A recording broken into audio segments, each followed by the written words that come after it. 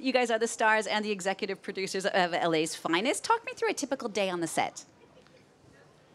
A typical day on the set involves coffee, lots of water. Gab is very healthy with her water, and collaboration. Yeah, like we'll generally have a meeting before we start filming, usually in Jessica's trailer because it's cuter and more stylishly decorated, with our writers, our director, and we will kind of go over script notes for the day, kind of talk about our goals for that day, where the bogeys might be in the day, and we try to be proactive in addressing those as opposed to acting surprised when an issue comes up that we could have predicted. Yeah, and then a lot of jokes. a lot of jokes. A lot of laughs. Visits from our kids. Yeah, people's dogs come and visit. Pretty typical. You both are executive producers on the show. The show's also executive produced by Jerry Bruckheimer. It's funny because when I was doing some research on this show, you don't necessarily associate Jerry Bruckheimer with female-driven shows. Was it hard, challenging getting him on board with where you wanted to take the show? No, not at all. No. That was the first call. We were sort of joking around about whatever happened to other characters I played in the past, and someone was like, "Oh, do you think Sid and Mike Lowry ended up in couples counseling?"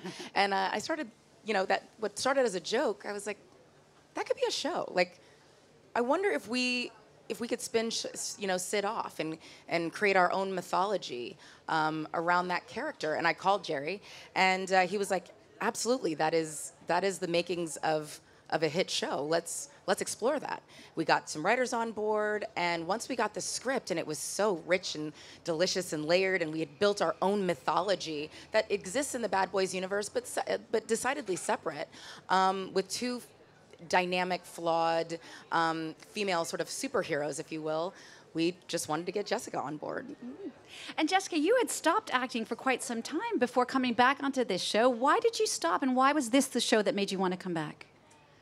A couple different reasons, but I just sort of, my priorities shifted. I became a mom 11 years ago, and I just sort of looked at the world differently and looked at my time differently, and just felt like I became very passionate about what was available to raise a healthy and happy child and give her the best environment. So I actually created a business around safe and healthy products, beauty, baby, personal care, cleaning, because it just wasn't available and accessible to people.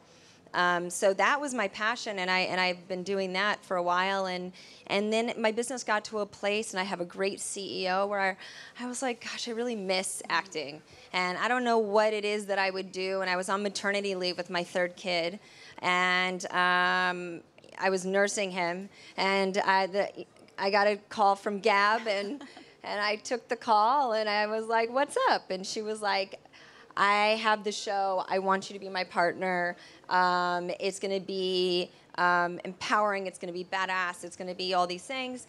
And she said, so read the script, but it's coming to you, and we want you for the show. And I was like, okay, I'll read the script. And she was like, call me back right away when you're done reading the script and let me know. And I was like, okay. And I just didn't even, it was like, what an honor that she even asked me. And then I got a call from Jerry as well, and then I read the script, and I was like, wow, this is really good.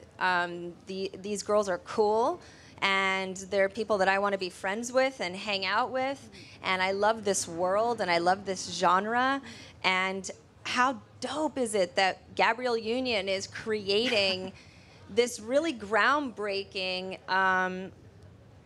show and piece and entertainment that you just really haven't seen before. Two women of color starring in this action genre. It's just not done. Right. And it hasn't really been done. And so I just thought this was so cool to join, and I'm thrilled that we got to bring it to life the way that we did. And here you are in Monaco, the opening show that was shown here. Just a quick word on how the Monaco experience has been.